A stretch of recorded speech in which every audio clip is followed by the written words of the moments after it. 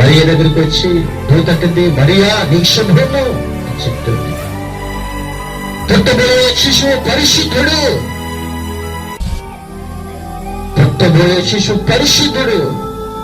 మరి ఇంటికి ఎలాగైతే శుభం వచ్చిందో, యేసయ్య ఇంటికి ఎలాగైతే శుభం వచ్చిందో నీ ఇంటికి కూడా అదే శుభం పలకాలని చెప్తూ ఉన్నాడు. శుభం మన నాలుకతో శుభం పలకాలి, మన నాలుకతో ఆశీర్వదించాలి. అప్పుడు మనం ఆశీర్వదకరంగా దేవునికరంగా ఉంటాం. ప్రభువైన యేసుక్రీస్తుకు సత్రములో స్థలం లేదు, ఆయనకి సత్రములో ఆయన స్థలము లేదు, ఆయనకి సత్రములో స్థలము లేదు. ఆ ప్రాంతంలో ఉన్న ప్రతి ఇంటిలో కూడా స్థలము లేదు. కానీ పశువుల తొట్టులో ఆయనకి స్థలము దొరికింది. ఆయనకి సత్రములో స్థలము లేదు, కానీ పశువుల తొట్టులో ఆయనకి స్థలము దొరికింది.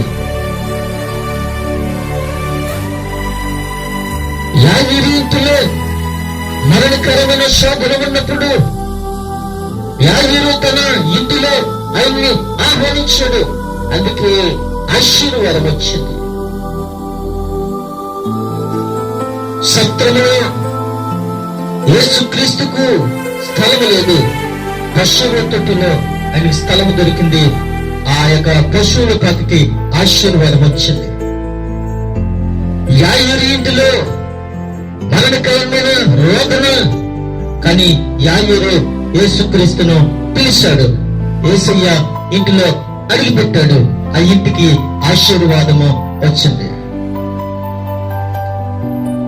నీవు నీ హృదయంలోనికి తలుపులు బిగించేసుకున్నావేమో, నీ హృదయమైన ఇంటిలోనికి రావడానికి తలుపులు బిగించేసుకున్నావేమో.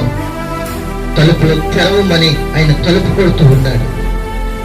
ఎవరైనా నా స్వరమైన నేను ఆ ఇంటిలోనికి వెళ్ళి నేను అతనితో భోజనం చేస్తాను అని ఆయన మాట్లాడుతూ ఉన్నాడు. ఈ రోజు నీ హృదయం అనే తలుపులు తెరవమని అడుగుతూ ఉన్నాడు. నువ్వు హృదయం అనే తలుపులు తెరిస్తే నీ ఇంటిలోనికి వస్తాడు.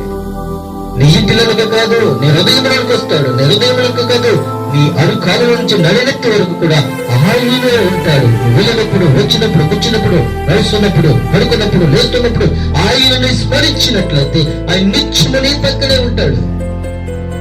ఆయన నీ పక్కన ఉండడానికే ఇష్టపడుతున్నాడు, ఆయన నీలో ఉండడానికే ఇష్టపడుతున్నాడు, నీలో మాట్లాడడానికి ఆయన ఇష్టపడుతున్నాడు. ఆయనలో మాట్లాడాలని నువ్వు ఇష్టపడుతున్నాడు. ఆయనలో మాట్లాడాలని ఇష్టపడితే ఆయన స్మరించు. ఆయన నడవాలి అని అనుకుంటే ఆయన స్మరించు. ఆయన జీవించాలి అని అనుకుంటే ఆయన స్మరించు. ఆయనతో సహవాసం చెయ్యాలి అనుకుంటే ఆయన స్మరించు.